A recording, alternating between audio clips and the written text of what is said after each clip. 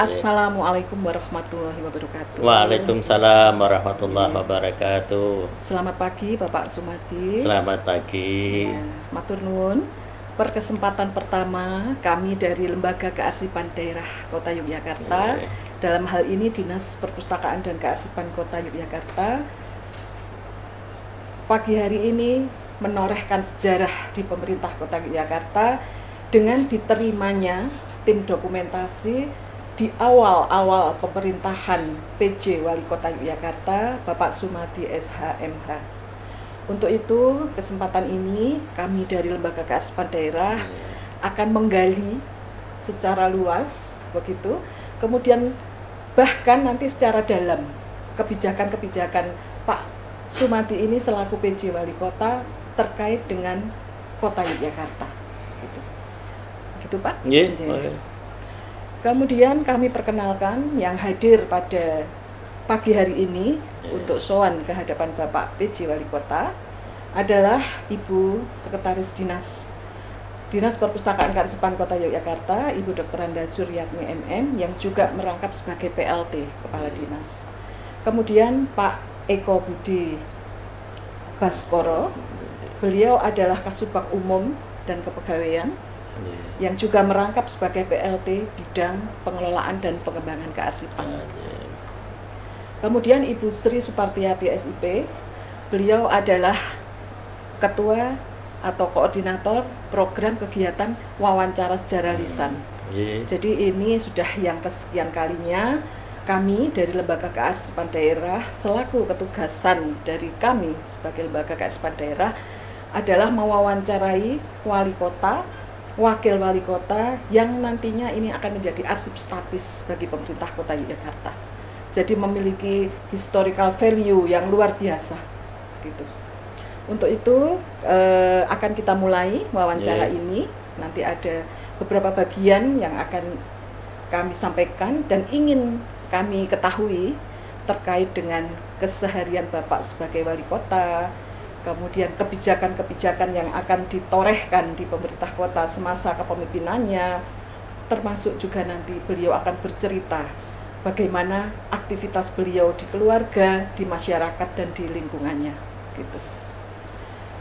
Kemudian Bapak, selain itu, nanti untuk edisi pertama di tahun 2022, ringkasan dari wawancara ini akan kita muat di majalah Arya, yaitu sebuah majalah platformnya itu kearsipan.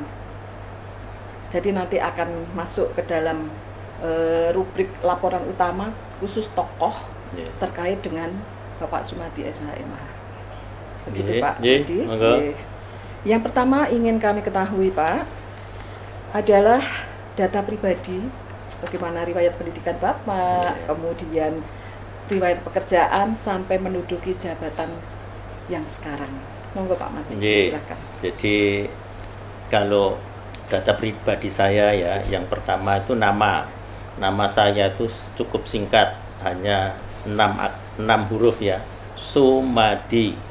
Walaupun dulu saya kira sekarang nama itu langka sekali, jadi barang-barang langka yang harus diarsipkan gitu ya.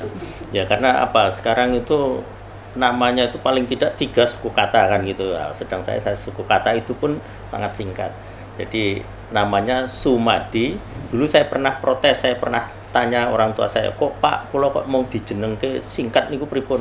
Iki jangan zaman tahun 23 ki jeneng sing dadi rebutan sing paling apik le. Oh nggih kalau ngaten niku. Jadi setelah saya tanya itu, terus saya mencoba mencari arti itu ya. Su itu rupanya indah, ya, indah. Susastra itu kan bahasa yang indah. nek sumadi, su itu indah, madi itu tatanan, madi bahasa, madi apa itu ya, itu tatanan. Nah, harapannya ketika itu orang tua menghendaki saya sebagai manusia yang dilahirkan itu menjadi sesuatu yang indah, gitu kan gitu. Ya, apakah itu fisiknya, apakah itu nanti tingkah polanya, perilakunya dan sebagainya, itu harapannya kan, kepribadian dan sebagainya. Allah dini, jadi Allah dini itu bahasa jadi apa ya? Ya, kalaupun jadi seperti ini ya mungkin proses perjalanannya ya. Jadi kalau misalnya sekarang mati kok nggak indah fisiknya ya karena ini perjalanan waktu. Jadi saya sudah umurnya mungkin tua gitu ya. Jadi saya lahir tahun 63, lahir tanggal 26 Agustus 2063. Jadi yang sudah lama ya, hampir kalau ya, ASN itu hampir pensiun ya, hampir purna, jadi expired date-nya hampir dalam waktu dekat kan gitu. Riwayat pendidikan saya memang, kalau orang tua memang saya dari Jawa, dari ayah dari Klaten, ibu dari Pacitan, tetapi beliau ketika itu merantau ke daerah Kepulauan Riau gitu ya, sehingga kalau di dalam akte kelahiran saya memang Tanjung Pinang itu nunut lahir. Saya di Tanjung Pinang di Kepulauan Riau itu sampai dengan pendidikan SMP gitu ya. Tetapi kemudian SMA-nya di Klaten kan gitu. Terus saya SMA di Klaten, terus di perguruan tinggi di Jogja. Kebetulan saya S1 S2-nya di UII, lajeng bisa bisa bekerja di Pemda Daerah Istimewa Yogyakarta itu tahun 1989. Jadi sampai dengan 2022 ini ya saya sudah hampir 33 tahun bekerja kan gitu. Kerjanya sudah 33 tahun, itu sudah muter-muter. Jadi hampir 13 atau 14 instansi yang saya duduki di dalam perjalanan yang 33 tahun itu. Jadi pertama saya masuk di biro organisasi, terus kira-kira 9 tahun saya dipindah ke Badan Diklat. Di organisasi 9 tahun itu sudah muter-muter ya bagiannya, terus pindah di Badan Diklat 3 tahun. Saya yang kebetulan di sana sebagai Kasubag Perencana program ketika itu ya, yang Badan Diklat DIY itu yang merencanakan. Saya ikut andil di sana untuk perencanaan yang sampai sekarang menjadi tempat yang untuk pendidikan teman-teman di DIY maupun di kabupaten kota se-DIY bahkan sampai keluar. Terus kemudian saya ditarik kembali setelah 3 tahun di Badan Diklat ke biro organisasi. Terus kemudian 2 tahun setengah saya ditugaskan ke Bapeda DIY itu. Di Bapeda DIY kira-kira 3,5 tahun, saya ingat persis. Setelah 3,5 tahun saya kembali lagi diminta untuk ditugaskan di Biro Hukum. Di Biro Hukum memang agak sedikit lama, kira-kira 7 tahun. 7 tahun itu saya sudah berpindah-pindah di hampir semua bagian ketika itu, dari bagian bantuan hukum, bagian perundang-undangan, terus kemudian menjadi kepala biro di sana. Terus kemudian saya dipercaya untuk menjadi inspektur daerah istimewa Yogyakarta. Itu kira-kira 3,5 tahun. Setelah itu saya lupa tahunnya, tetapi kira-kira seawal 2017 saya diminta untuk menjadi Sekda Kabupaten Sleman. Sekda Kabupaten Sleman itu kira-kira 3 tahun. 3 tahun, terus saya diminta kembali ke Pemda DIY. Pertama menjadi staf ahli gubernur bidang pemerintahan, politik dan hukum. Di sana memang setahun, tetapi dalam setahun itu saya diminta untuk merangkap menjadi PLT Kepala Dinas Tenaga Kerja dan Transmigrasi, yang ketika itu adalah awal COVID-19. Jadi kira-kira tahun 2020 itu di DIY banyak terjadi PHK. Saya ingat persis datanya ada sekitar 22.980 tenaga kerja yang terkena dampak, dan itu karena krisis yang begitu masif, itu banyak yang kebetulan waktu itu mau lebaran, banyak yang di PHK dan kita harus menyelesaikan persoalan-persoalan itu. Ada sekitar 1.245 perusahaan yang ketika itu terdampak, dan kemudian kita selesaikan dari sekitar 22.000 yang sekian itu. Alhamdulillah saya dengan teman-teman di Dinas Tenaga Kerja itu bisa menyelesaikan persoalan tenaga kerja itu hanya sekitar 760 yang tidak bisa terselesaikan karena memang perusahaannya yang dari 1.200 itu kolaps mati, nggak bisa. Jadi itu yang sekitar 3 bulan saya sebagai PLT Dinas Tenaga Kerja dan Transmigrasi. Setelah itu saya diminta menjadi PLT Dinas Kebudayaan, Kundo Kebudayaan, itu sekitar 10 bulan. Itu harapannya juga ketika itu menangani persoalan-persoalan yang berkaitan dengan pandemik, karena ketika itu kan ada kebijakan untuk tidak bolehnya ada kesenian, panggung-panggung, keramaian-keramaian, kan itu kan para seniman, para pelaku seni itu kan pada kolaps. Nah, akhirnya kami membuat terobosan yang ketika itu kami mohon izin pada Pak Gubernur, langsung kepada Kepala Satgas di pusat untuk bagaimana kegiatan seni tetap terlaksana, tetapi dengan konsep-konsep kita menggunakan teknologi informasi, misalnya dilakukan secara daring gitu ya, kita taping dulu, kemudian kita siarkan melalui media YouTube, media dan sebagainya. Alhamdulillah itu bisa terlaksana, artinya teman-teman seni juga bisa melakukan ekspresi seninya melalui media. Terus mereka juga alhamdulillah karena mendapatkan sedikit honor ya, itu bisa berjalan. Artinya ketika itu teman-teman seniman, pelaku seni budaya itu yang ketika itu kosong sama sekali bisa terbantukan. Dan itu saya alhamdulillah sangat bersyukur kegiatan itu tidak menimbulkan ekses yang negatif kita di daerah istimewa Yogyakarta, dan itu diadopsi oleh teman-teman yang di daerah lain. Tipe model-model yang di DIY ini diambil oleh teman-teman Jawa Tengah, di mana Jawa Barat, bahkan terus diangkat ke nasional bahwa boleh melaksanakan itu secara daring dan sebagainya gitu. Nah, sehingga saya di staf ahli gubernur itu walaupun definitif 1 tahun, tetapi saya berpindah-pindah di 2 tempat itu. Nah, terus kemudian saya diminta untuk menjadi asisten sekda bidang pemerintahan dan administrasi umum. Kemudian sekarang diminta untuk menjadi penjabat wali kota Yogyakarta karena habisnya masa bakti dari pejabat yang lama, karena ada kebijakan sesuai dengan undang-undang pemilihan umum bahwa akan dilakukan pemilihan legislatif, pemilihan presiden, pemilihan kepala daerah secara serentak di 2024. Jadi itu riwayat pendidikan saya, pekerjaan saya. Demikian, Mbak. Wah, ini lengkap sekali, Pak. Kalau melihat latar belakang tour of duty-nya ini luar biasa, sehingga tidak salah rasanya Gubernur DIY ini memilih beliau untuk menjadi PJ, karena secara sosiokultural sudah betul-betul paham dengan wilayah yang nanti akan diampunya. Gitu. Kemudian Pak, dalam acara dialog lintas Yogyakarta RRI Pro 1 pada hari Kamis 26 Mei 2022 yang lalu, saya kebetulan mendengarkan. Nah, ini saya rasa kami akan lebih utama lagi ya mendengar langsung dari Pak Sumadi terkait kebijakan yang akan dikeluarkan selama rentang waktu menjadi PJ.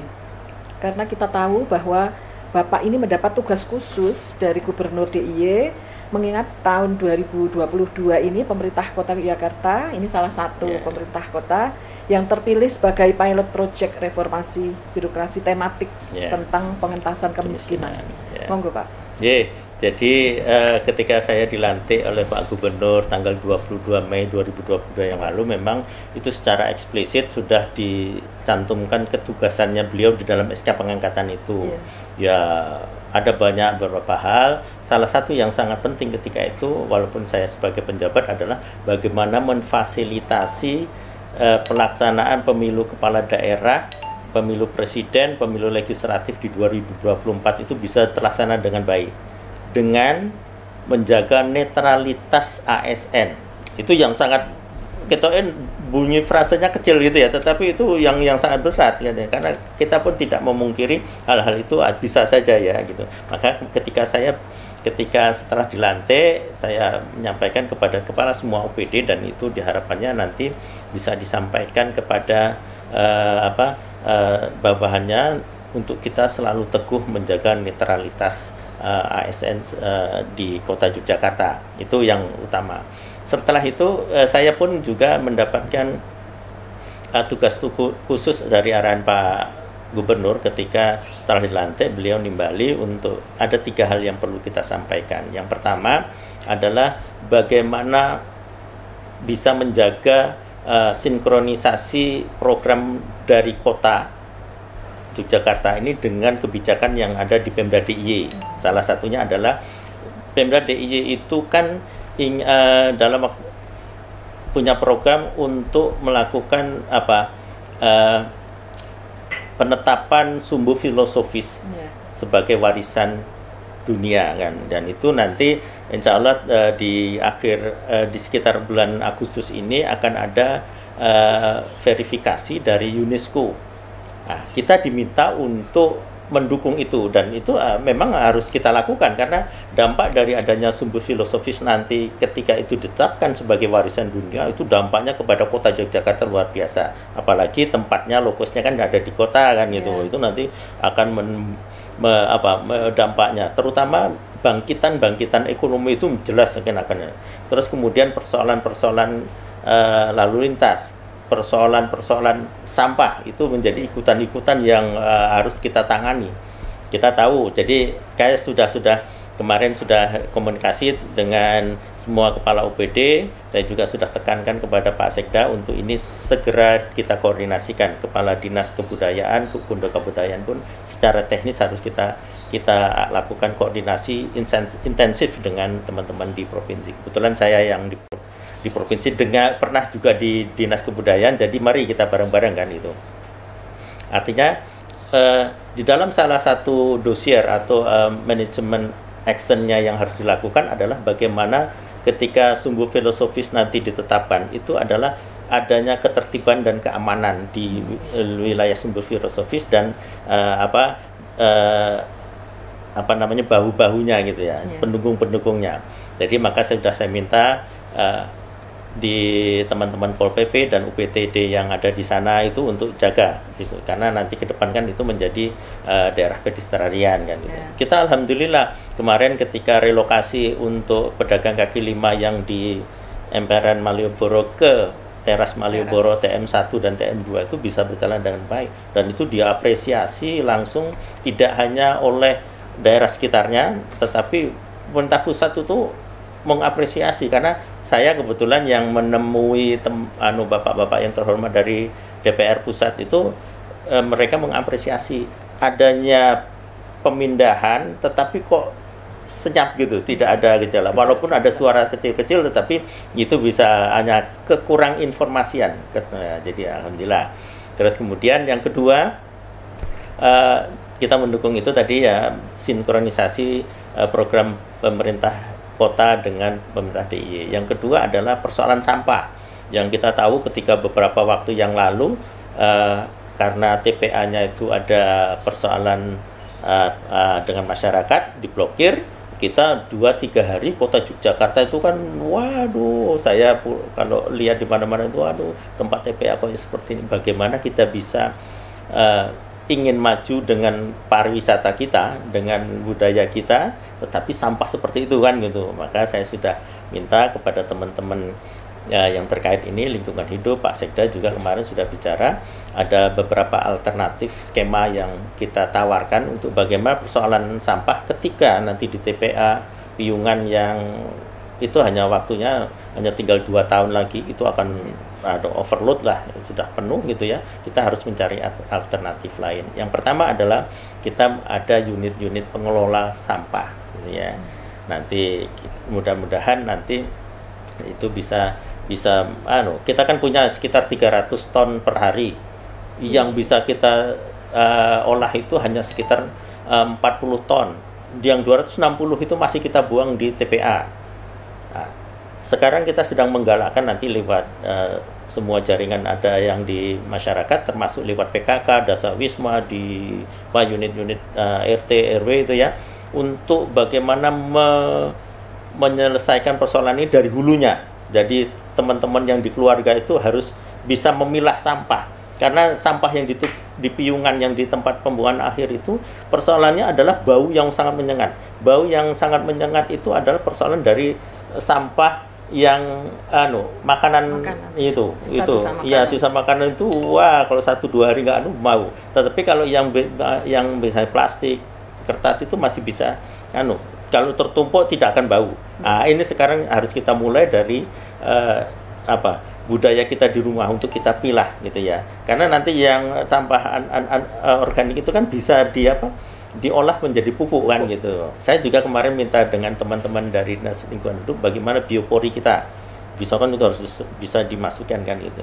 Atau nanti bagaimana sistem itu kita buatkan seperti ada alat sanitary yang bisa memampatkan sehingga itu bisa menjadi briket kan gitu. Nah, kita alhamdulillah teman-teman sudah segera berdata.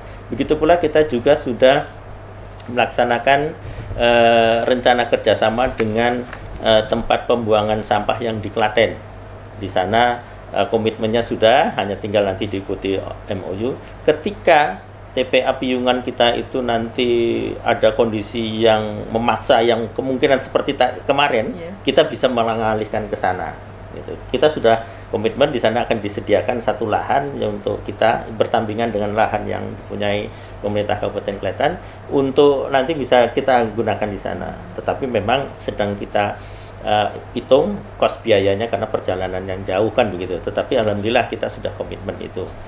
Jadi langkah sampah itu bagaimana kita memberikan edukasi kepada masyarakat tentang budaya untuk memilah sampah kita dari hulunya. Terus kemudian kita menyiapkan yang untuk pengolahan sampah itu kita olah untuk bisa menjadikan alternatif lain, misalnya pupuk, bisa jadi briket dan sebagainya. Terus kemudian kita juga sudah menyiapkan ke Klaten di Medan sana untuk ketika ini kredit kita bisa. Artinya nanti sampah-sampah yang di kota tidak seperti terjadi kemarin, bisa teratasi. Hanya waktu 1-2 hari itu sudah clear semua, tidak semua. Yang ketiga adalah berkaitan dengan kemiskinan, penurunan kemiskinan. Walaupun kita menyadari di kota memang angkanya kecil daripada teman-teman kita yang di kabupaten yang lain, tetapi ini adalah kita menjadi piloting bagaimana kita bisa menurunkan itu. Walaupun secara pasti kita belum punya data karena kita masih melihat ada sebagian mungkin kecil masyarakat yang masih di bawah garis kemiskinan, tetapi itu harus menjadi bagian dari tugas kita untuk kita selesaikan. Karena apa? Di Yogyakarta itu kan ada sebuah anomali berkaitan dengan kriteria indikator yang ditetapkan BPS terhadap kemiskinan. Mereka BPS itu kan menggunakan indikator asupan makanan, gitu ya, asupan makanan untuk mengukur kemiskinan. Jadi orang yang satu hari asupan makanannya atau daya belinya hanya sekian ribu itu masuk miskin. Padahal budaya kita itu dengan budaya atau perilaku yang kita sering lakukan adalah prihatin gitu ya. Poso Senin Kemis, nek wetone anake, wetone suamine, wetone sendiri itu dipasani. Itu kan tidak ada asupan. Artinya kalau hari ini mungkin teman-teman kita di Jogja sering puasa nih hari Senin gitu ya. Berpuasa itu banyak orang miskin karena hari ini nggak ada asupan makanan karena indikator kan makanan. Hari ini kita nggak makan satu hari itu kita masuk orang miskin karena nggak ada ini.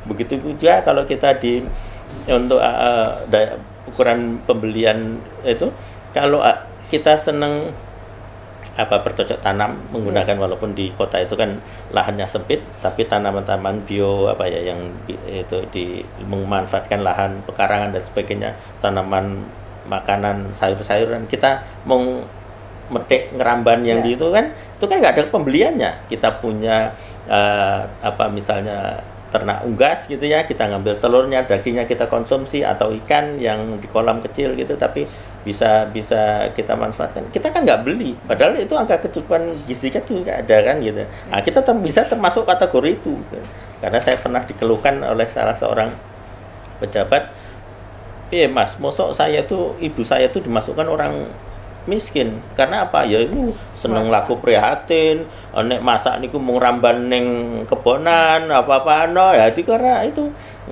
asupan makanannya kurang, tidak pernah belanja ya karena punya semua kan gitu, dan dia kategorikan miskin kan gitu. Jadi sebuah anomali apa yang dikriteриakan BPS gitu. Jadi kita dari Pemda Kota Yogyakarta kita akan mendukung program yang tadi saya sampaikan, 3 hal itu prioritas di Kota Yogyakarta. Iya, terima kasih Pak. Ini kalau tadi terkait dengan anomali ukuran tingkat kemiskinan, ini kalau boleh dijelaskan secara real, quantum leap-nya itu nanti seperti apa Pak? Yang khusus di Kota Yogyakarta dalam kurun waktu pemerintahan Bapak ini? Kita gini ya, kalau kuantumnya masalahnya gini, kita akan mencoba bagaimana kita sudah ini bukan hanya persoalan di kota ya, tetapi itu kan kriteria yang disebutkan ya. Kita sudah mendiskusikan bagaimana penetapan angka kemiskinan itu tidak bisa disamaratakan. Mungkin kalau ukuran-ukuran yang dibuat BPS itu untuk di luar Jawa, mungkin bisa, karena angka kecukupan gizinya atau di daerah-daerah. Tetapi kalau di kota di DIY atau di kota Jogja itu belum bisa. Jadi tetapi kita pun masih mengakui bahwa di daerah-daerah kita di kota ini, terutama masyarakat yang ada yang tinggal di kota Jogja dengan penghasilan yang itu masih kita harapkan, itu akan kita angkat nanti mereka ya. Jadi mohon maaf teman-teman yang mungkin kan ada saudara-saudara kita yang masih dalam tanda petik kerjanya itu penghasilannya masih di bawah UMR ya, harus kita bantu nanti. Itu ada, saya kira teman-teman dari pemberdayaan itu nanti akan ada skema-skema khusus untuk itu. Jadi kata kuncinya nanti skema-skema khusus itu Pak ya, untuk kita nggak bisa ngebiah hujan. Untuk merealisasikan tugas khusus dari gubernur, khususnya yang di nomor 3 tadi. Kemudian Pak Madi, dalam kurun waktu yang pendek ini mestinya Bapak kan punya karakter tersendiri untuk memimpin begitu. Kalau boleh tahu dan dijelaskan secara gamblang Pak, gaya kepemimpinan yang akan diterapkan dalam lingkungan internal untuk teman-teman ASN dan pegawai yang di lingkungan pemerintah kota, dan nanti gaya kepemimpinan eksternal terhadap masyarakat, ormas swaspol dan perusahaan swasta. Monggo Pak. Jadi gini, kepemimpinan kan itu seni ya, seni bagaimana kita memanage sebuah organisasi untuk sesuai dengan tujuannya. Seni itu pun kepada semua orang lain-lain. Walaupun dalam manajemen itu kita harus perencanaan, organizing, executing, controlling kuat. Tetapi itu prinsip di dalam manajemen kepemimpinan harus ada. Tetapi seni akan saya coba padukan dengan sosio-kultural kita di sini gitu ya. Saya ingin mengajak kalau ada kultur budaya Jawa yang mengatakan ngongkon neng wong niku ora rumangsa dikongkon. Saya begitu gitu ya. Saya mencoba untuk itu karena jangan sampai, karena begini, kita bekerja di ASN ini khususnya, itu kan saya punya prinsip mitra kesejajaran. Saya tidak punya pikiran di dalam hati saya itu anak buah saya, itu staf saya, tetapi mitra. Karena apa? Semua ASN itu, semua orang itu punya kelebihan dan kekurangannya. Saya justru memikirkan gini, setiap orang, ASN itu adalah guru saya, karena dia di dalam diri orang-orang itu ada kelebihan dan keuntungan, ada kelebihan dan kelebihan kemunculannya, gitu ya. Jadi jangan dianggap seorang itu adalah bawahan saya, enggak. Justru saya banyak belajar kepada teman-teman yang staff-staff saya dulu, gitu ya. Saya punya pengalaman begini, saya ngongkon tapi orang itu tidak merasa dikongkon. Suatu ketika begini, ketika saya dipindahkan di sebuah OPD gitu ya, saya terbiasa, nanti tanya teman yang di sini atau teman-teman yang di Pemda DIY, saya itu terbiasa datang gini, ini loh, saya malu kalau datang tuh kalah cepat dari teman yang lain. Itu dari dulu saya lakukan gitu ya. Dari saya malu kalau datang kalah dhisik karo temennya. Nah, suatu ketika saya baru pindah ke sebuah OPD yang baru, saya biasanya kan datang itu jam 7.15 paling telat gitu ya. Nah, tempat saya itu, ruangan saya itu masih dibersihkan oleh OB, office boy-nya. Dia nggak tahu kalau saya yang ketika itu pejabat yang baru kan kata niku. Nah, saya datang ya karena saya tahu ruangannya di sana, saya datang gitu. Dia masih bersih-bersihkan ya. Saya tanya, "Mas, pripun kok yaketane?" "Oh, Pak, aku biasanya sing mbiyen niku bapak niku rawuhe 8:30," ngaten-ngaten. "Oh, nyun sewu, kula niku wong adoh niki nek enten wedang mboten nggih mriki?" gitu saya tanya. "Wah niku Pak, niku mendhet piye Mbak?" ngaten. Saya ambil, "Oh, enten teh to nggih saya buatkan," gitu ya. Saya kepada si office boy saya gaweke juga. Nyun sewu nggih Pak, niki kalau gaweke niki monggo niki jenengan. Wah, matur nuwun nggih. Dia nggak tahu dengan biasa matur nuwun nggih. Kok jenengan apian ngene gitu. Nah, terus saya gitu datang yang staf yang nunggoni di situ gitu ya, tanya, "Loh, Pak Sumadi toh?" "Nggih, Pak." Terus cerita, "Oh, ini Pak Sumadi yang nggawe sini." Wah, dia ya si office boy itu wah tergopoh-gopoh minta maaf nyun sewu karena kok jarene itu ya kok lancang men gitu, nggak memilahkan gitu. Saya bilang justru saya harus itu yang saya sampaikan. Saya ngongkon wong tetapi tidak merasa dikongkon gitu. Ketika saya bilang nyun sewu Pak, Mas, saya itu terbiasa datangnya itu paling lambat 7:30, jam 7:15 biasanya saya datang. Jadi niku saya hanya bilang gitu. Besoknya, "Oh, nyun sewu Pak, saya itu biasanya kalau di ruangan Bapak ini terlahir karena biasanya yang kemarin datangnya 8:30. Nah, saya dulukan yang sana." Terus rupanya besok diwalik di sini, di tempat saya dulu didatangi, diresiki, baru ke tempat lain. Artinya saya kan nyuruh dia, tapi saya tidak mengongkon, "Oke, besok begini kan enggak." Justru saya dengan seperti itu, saya ngomong ke dia merasa disuruh kan gitu. Nah, itu salah satu bagaimana kita menyuruh orang tapi orang tersebut tidak merasa disuruh. Justru saya alam dia, "Pak, saya tuh bangga panjenengan tidak memiliki jam pin. Wah, kula bar subuh meskipun mangkat." Ya, karena dia satu lantai itu. Lah, justru kok saya salut panjenengan. Saya bombong dia. Panjenengan dari bar subuh sudah berangkat, nanti sampai jam 12, nanti sorenya kesini lagi tau nggih. Terus sela-selane panjenengan napa? Kula nggih ngarit, ngaten kan cerita begitu, Pak. Artinya saya, niku tugas mulia lho jenengan, bisa ngerampung ke sini, bisa nyukup di rumah, nanti kewane yo warek kan ngaten ya. Saya bombong dia gitu. Jadi saya justru mengambil pelajaran dari yang office boy itu bahwa dia pekerja keras, ulet. Dan itu tidak wigah-wigih, tidak malu-malu saya. Jadi seperti itu yang pertama. Saya menganggap semua orang itu mitra saya. Bahkan saya menganggap semua teman saya itu guru saya. Yang kedua adalah dimanapun tempat saya ditempatkan, itu prinsipnya, itu adalah sekolah bagi saya.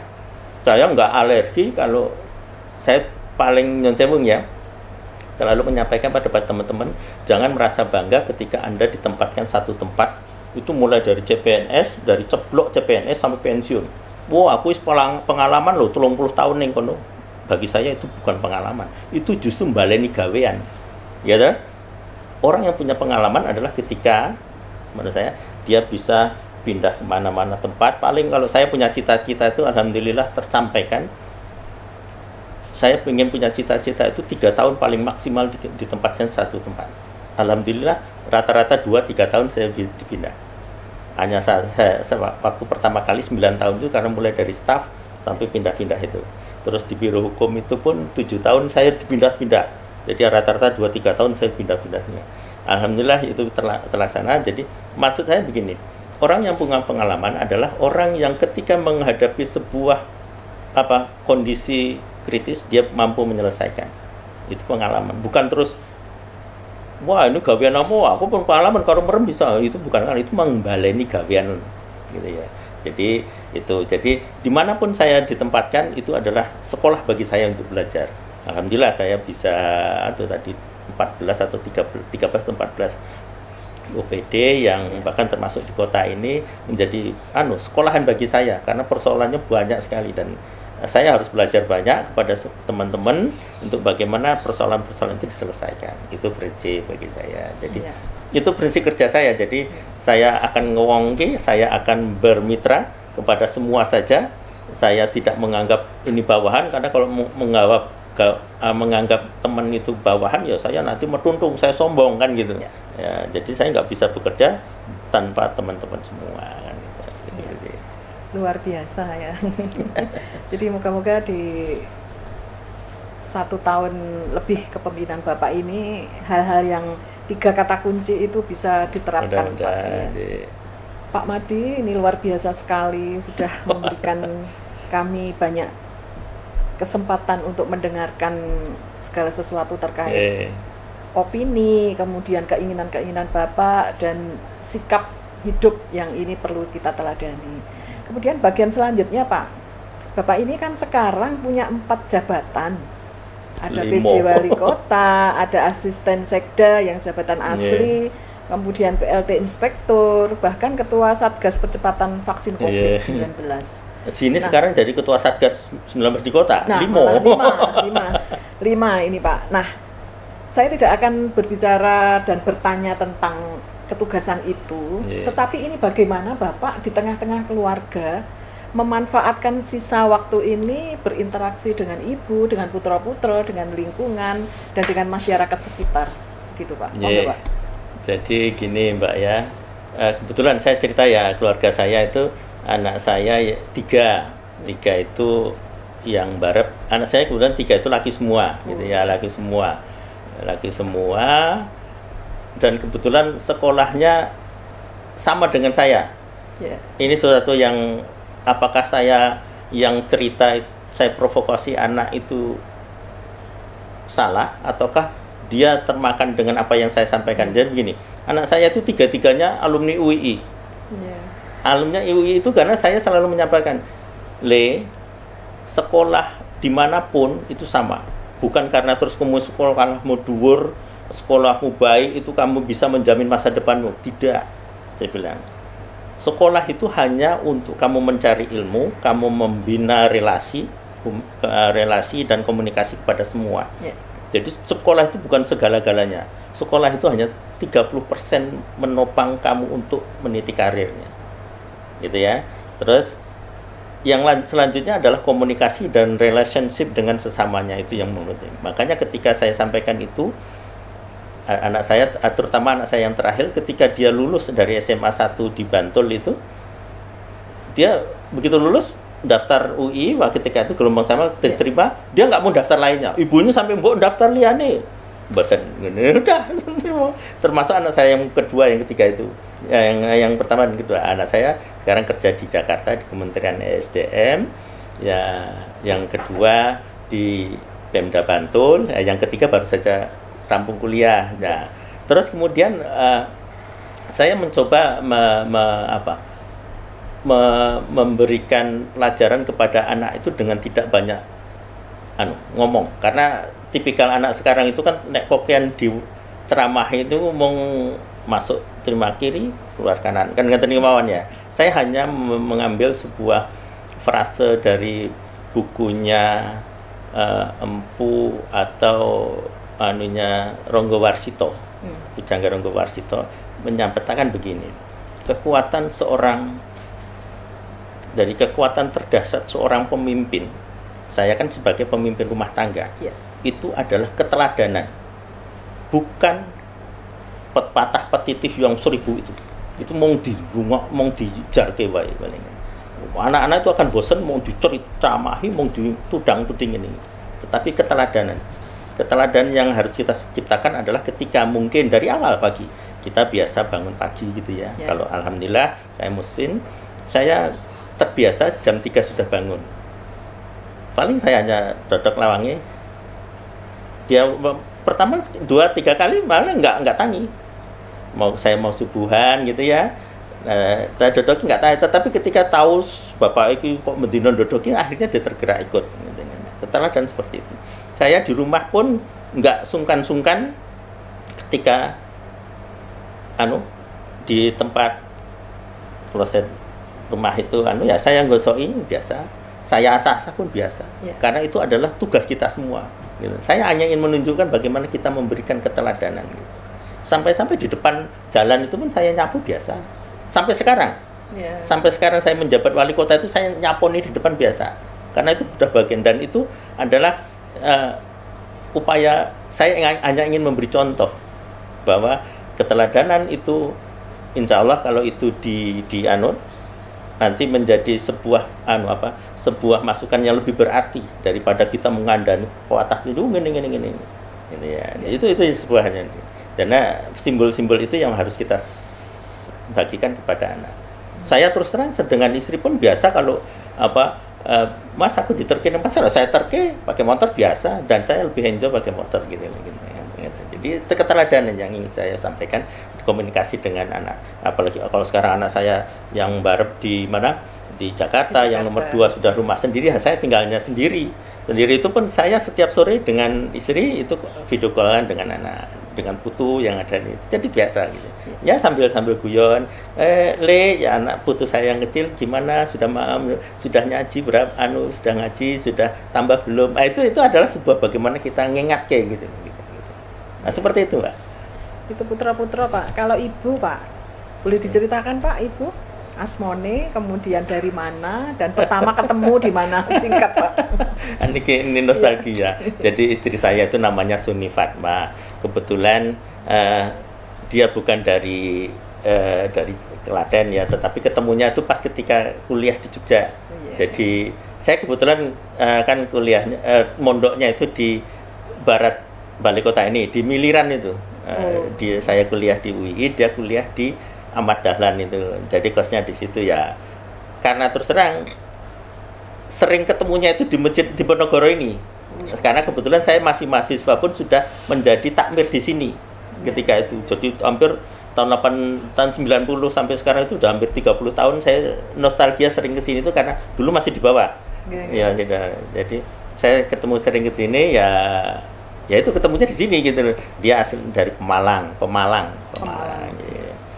Jadi kita ketemu mahasiswa, terus ketika saya selesai dia masih semester berapa ya, semester 7 dia masih saya sudah bertekad untuk rumah tangga. Ya waktu itu ada orang tua saya bilang, "Lho kowe arep makani apa bojone?" "Pak, saya percaya Gusti Allah itu ada 3 hal, hidup, mati, dan rezeki itu Gusti Allah senang." Ya alhamdulillah begitu saya niat nikah, besok 3 bulan kemudian saya diterima sebagai PNS. Walaupun ini PNS yang kedua ketiga kali karena saya beberapa kali daftar ketopo gitu ya, tetapi yang saya pengen kok di Jogja gitu loh. Nah, itu ya alhamdulillah. Berarti sesama orang Jawa ini Pak ya. Saya kira juga Jawanya Jawa ngapak sana. Dari Tanjung Pinang juga. Kemudian hobi bukan dari Pak. Pemalang. Dari Pemalang ya. Hobi Pak. Hobi Bapak apa ini? Olahraga, berkebun, bertani, atau belanja? Sampai sekarang istri saya tuh bingung. Untuk makanan dan hobi itu nggak tahu. Saya punya hobi apa. Karena apa yang saya lakukan makanan tentu saja. Apa yang dimasak istri saya, anggere kowe sing masak doyan aku mangan. Tidak pernah saya aku njaluk koyo ini, nggak pernah. Buat takon nanti kalau nggak percaya tanya. Panganan yang paling seneng apa gitu ya. Paling kalau tua seperti ini masak sayur sing ono duduhe. Nek ora ono seret ya mengatakan itu aja, mau dia masak apa aja saya gitu. Kalau olahraga kalau teman-teman itu ada yang sering mengajak saya ketika itu nyepeda. Saya punya sepeda gitu ya, tetapi tidak seperti teman-teman sekarang yang euforia dulu sepeda. Karena apa? Saya dulu di Klaten itu kalau berangkat sekolah itu pagi itu mesti jam 6 kurang seperempat harus sudah berangkat. Kalau nggak berangkat mesti telat. Karena apa? Jarak yang saya tempuh itu jauh. Kira-kira 13-14 kilo, 1 kali jalan berangkat. Nah, kalau PP itu kan sekitar 28. Nek karo dolan itu ya saya 1 hari sudah nyepeda lebih dari 30 kilo. 1 hari. Jadi kalau sekarang ada teman-teman yang ngajak nyepeda, aku wis ngelakoni itu sekitar tahun 79 sampai 82 yang lalu. Hampir setiap hari 30 kilo sebenarnya. Jadi nek saya nyepeda ya saya hanya nyepedanya mau bengi kampung saya yang ada sawahnya itu aja. Paling lama 3 kilo 4 kilo itu udah rampung asal gebrobios gitu. Atau saya jalan. Hanya itu aja, jalan pagi nyepeda ngubungi kampung. Bagi saya kalau ketika ngubungi kampung, lihat sawah, lihat uang jalan di mana itu saya hiburan bagi saya sendiri karena ngelingi cuman gitu aja. Wah, ini menyenangkan ini Pak ya, karena Bapak juga tinggal di wilayah yang tidak ada pabrik begitu ya, sehingga lebih bersih udaranya. Kemudian ini Pak, aktivitas di masyarakat dan lingkungannya. Ya, aktivitas di masyarakat, alhamdulillah saya juga ikut di RT, pengurus RT juga. Saya di musola dan di masjid itu menjadi pengurus. Kalau ketua tidak, tapi wakil ketua. Ya, di musolanya juga sebagai pengurus dan sebagainya. Ya, artinya kegiatan-kegiatan di masyarakat saya ikut. Jadi sekarang jadi wakil ketua kalau di Bantul itu adanya LPMD gitu. Jadi ya gitu. Jadi kegiatan masyarakat saya coba untuk semua kita ikuti gitu ya.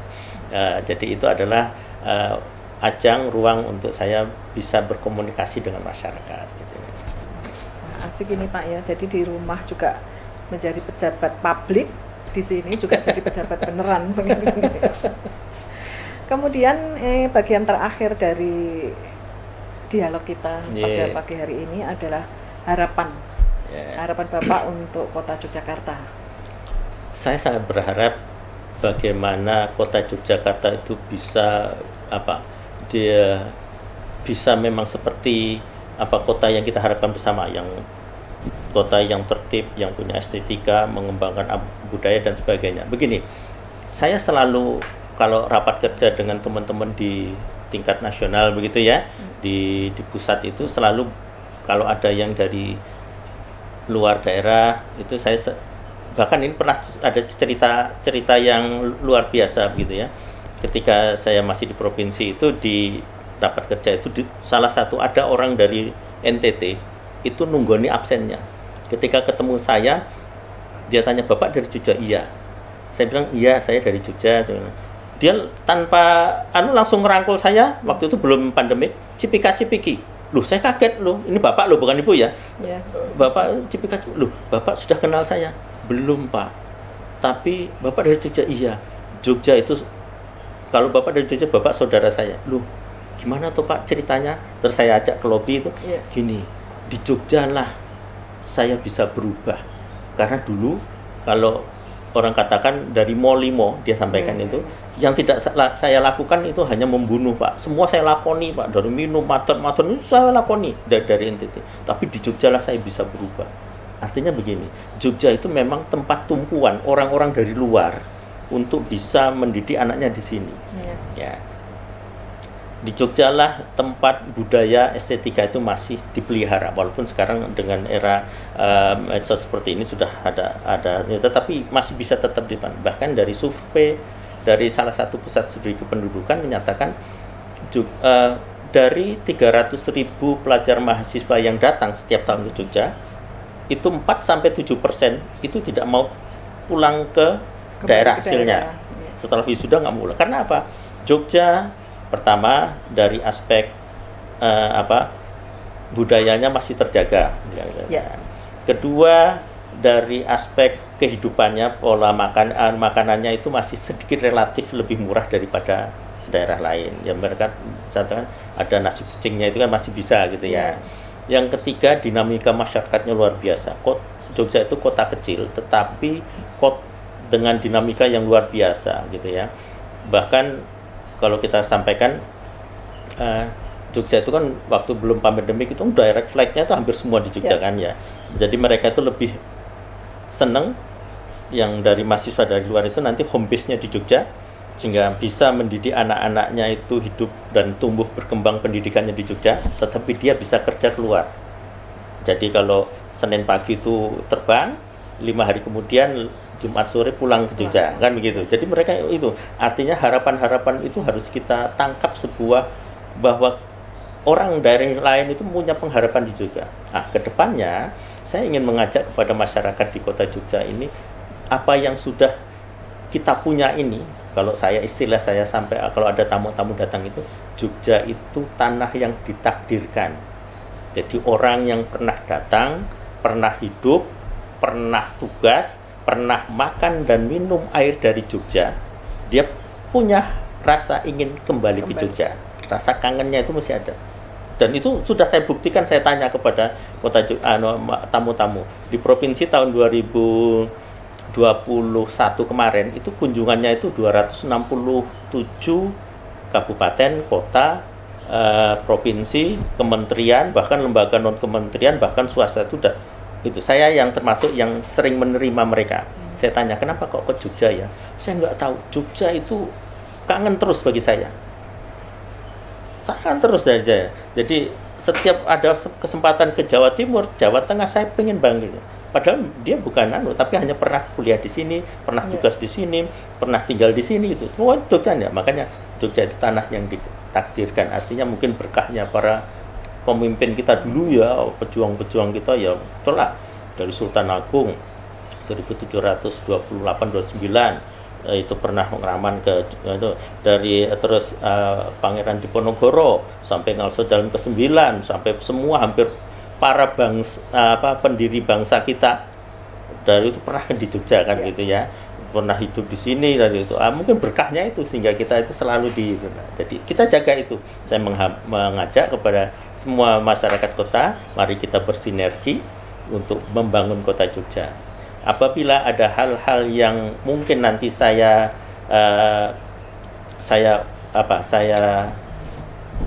ungkap program yang memang itu untuk kemaslahatan masyarakat Jogja, tolong saya didukung, saya disemangati, di-support gitu ya. Tetapi apabila ada hal-hal yang mungkin nanti kurang berguna kepada masyarakat, saya diingatkan dengan tata cara yang baik. Itu aja yang saya harap. Saya kira itu, Pak. Iya. Kemudian ini, Pak, tentang lembaga kearsipan daerah di mata Pak Sumadi. Kota Jogja sudah punya perda tentang penyelenggaraan kearsipan di tahun 2017. Kemudian Kota Jogja juga sudah menjadi langganan juara lembaga kearsipan daerah teladan tingkat nasional, kemudian pengawasan atau audit kearsipan tingkat nasional. Yang terakhir kemarin kita sudah menerima juga penghargaan sebagai peringkat pertama yang diterima oleh Pak Eko waktu itu mewakili pemerintah Kota Yogyakarta dari Kemenpan RB. Tetapi Pak, sampai saat ini kenapa lembaga kearsipan daerah tidak pernah dilirik secara tajam begitu oleh pejabat-pejabat yang ada di balai kota ini? Nah, harapan-harapan untuk mendukung kearsipan sebagai salah satu-satunya basis untuk perubahan reformasi ini bagaimana Pak? Ini saya pertama apresiasi kepada pemerintah kota yang sudah dari aspek kearsipannya mendapat penghargaan ya gitu ya. Saya selalu menyampaikan kepada teman-teman dimanapun ketika saya menjadi koordinator atau kepala gitu ya, saya sampaikan hanya orang-orang yang bodoh yang tidak pernah mau ke perpustakaan, karena perpustakaan itu adalah jendela dunia. Di situ apa saja bisa. Yang kedua, hanya orang-orang yang tidak mau maju, tidak pernah ke arsip. Nanti panjenengan bisa tanya, kalau saya ndobos gini bisa tanya ke teman-teman di mana, di Pemda DIY itu di Biro Hukum. Saya pernah jadi kepala Biro Hukum. Perpustakaan sampai saya hafal letak bukunya. Tanya nanti di perpustakaan. Kalau di Sleman tanya juga teman-teman sana. Tapi ya saya anggap masih teman-teman Sleman masih di bawah kota karena kemarin ranking 2 ya artinya. Ranking 2. Tanya di perpustakaannya yang di Sleman itu saya hafal tentang cerita-cerita tentang di sana. Di kota pun saya bisa cerita tentang dulu bagaimana ketika Undang-Undang Pemerintahan Daerah Undang-Undang Nomor 146, tolong nanti kalau saya lupa, dibentuk. Terus kemudian yang kedua Undang-Undang Nomor 22 Nomor 48 tentang otonomi daerah, pemerintah daerah. Di situ diamanatkan ketika itu adanya pembentukan kota raya, kota praja, dan kota madya. Di kota ketika itu, ayo kota dibentuk tahun berapa? Kota praja tahun 47. Kota Jogja dibentuk tahun berapa? Kota Jogja tahun 57. Nah, 57. Dulu ada Perdais nomor 5 tahun 60-an sebelum itu untuk membentuk kota Madya Yogyakarta itu kewilayahannya itu masih kurang luas. Yeah. Maka ditambahilah namanya Kalurahan Umbul Harjo punyanya Bantul menjadi Kemantren di kota. Satu lagi Kelurahan Tegalrejo menjadi Kemantren di kota Yogyakarta, karena untuk kecukupan wilayah ketika itu belum memungkinkan, maka ditambah yang Umbul Harjo itu ada ceritanya. Terus wilayahnya ketika itu ada 3 hal di dalam penjelasannya itu, kelurahannya menjadi Kemantren, tetapi sarana prasarananya itu kepada kota, tetapi personilnya yang perangkat desanya itu ditareni. Apakah mau menjadi pegawai kota ataukah menjadi tetapi dengan pensiun dengan namanya pengarem-arem diberi. Ya, kemudian tanah kas desanya itu menjadi tanah kas desa pemerintah, tanah pemerintah daerah spesifik. Tinggalannya salah satunya adalah balai kota ini. Dulu dari balai kota ini sampai ke Mandala Krida, ke selatan sampai namanya Extik Square itu adalah tanah kas desa. Ada sekitar 256 hektar. Saya bisa cerita karena maka banyak yang dipakai untuk fasilitas umum. Kota ini, terus untuk Stadion Mandala Krida, untuk yang mengidul ada kantor-kantor, ada sekolahan. Terus ke selatan itu ada makam pahlawan, ada APPI Pratanya. Terus ke selatan yang sekarang itu menjadi yang Wetan Kalimambu sampai nanti ke Babaran itu adalah tanah-tanah kas desa. Pembicaraan semakin menarik, ini klimaks, tetapi ternyata kita harus segera turun karena sudah harus diakhiri dialog kita pada pagi hari ini. Namun ada beberapa catatan yang ingin saya sampaikan selaku pewawancara pada pagi hari ini adalah yang pertama, ini ada kata kunci dari Pak Sumadi yang ini sangat layak ya kita terapkan juga di kehidupan pekerjaan kita dan kehidupan keseharian. Yang pertama adalah mitra. Jadi penjabarannya sudah dijelaskan secara panjang lebar tadi oleh Bapak. Kemudian guru. Yang berikutnya adalah sekolah. Dan yang terakhir ini adalah keteladanan. Kemudian yang kedua adalah ternyata setelah mendengarkan uraian beliau, ini ada benang merah merupakan takdir dari Allah Subhanahu wa Ta'ala kepada kehidupan beliau.